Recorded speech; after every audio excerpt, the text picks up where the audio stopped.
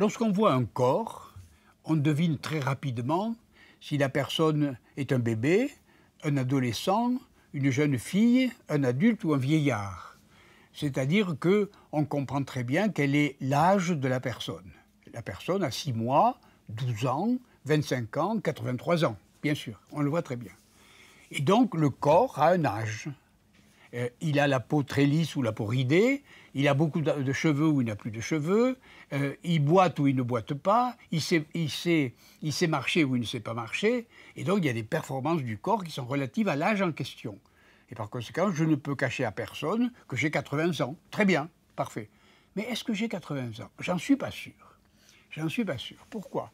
Parce que quand vous regardez le corps et que vous essayez d'avoir une sorte de sonde qui va rentrer dans le corps, on va s'apercevoir que si on est un peu instruit de l'évolution animale et de l'évolution qui amène vers l'homme, on s'aperçoit qu'il y a des endroits du cerveau qui sont plus récents que d'autres, que les lobes avant du cerveau datent de centaines de milliers d'années, alors que d'autres sont des millions d'années, vous voyez. Et donc déjà, on voit des choses un peu différentes. Alors, mes lobes de cerveau se sont formés, enfin, les lobes de cerveau se sont formés il y a tant de milliers d'années, très bien.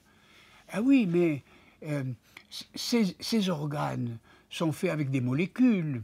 Mais quand elles sont nées, ces molécules, ben, elles sont nées, je ne sais pas, les molécules qui se mettent à se dupliquer, à se transformer, elles datent de, je ne sais pas, 3 milliards 800 millions d'années, c'est déjà très vieux. C'est ainsi qu'elles sont nées à ce moment-là et qu'elles ont pris la forme qu'elles ont chez moi. Ah oui, mais ces molécules, elles sont formées de quoi? En général, elles sont formées de 4 atomes, l'hydrogène, l'oxygène, le carbone, l'azote, etc., qui sont les composantes fondamentales de la chimie organique, c'est-à-dire de la biochimie, de la chimie des vivants. Et oui, mais quand c'est qu'ils se sont formés, eux, le carbone, l'azote, etc., presque au début de l'univers, c'est-à-dire au moment peu après le Big Bang, avec disons 13 milliards d'années. Et alors dans ce cas-là, mon corps, si on met une sonde comme celle que j'ai fait et qu'on enfonce la sonde dans le corps, on s'aperçoit que mon corps, à certains égards, a une sorte d'âge très intéressant qui le fait ressembler au monde.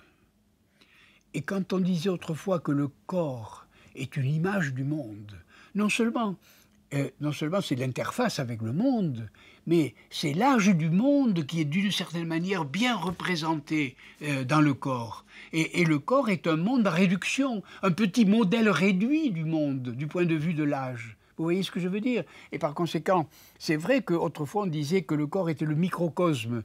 C'est le mot voulait dire un petit monde qui est l'image du grand monde.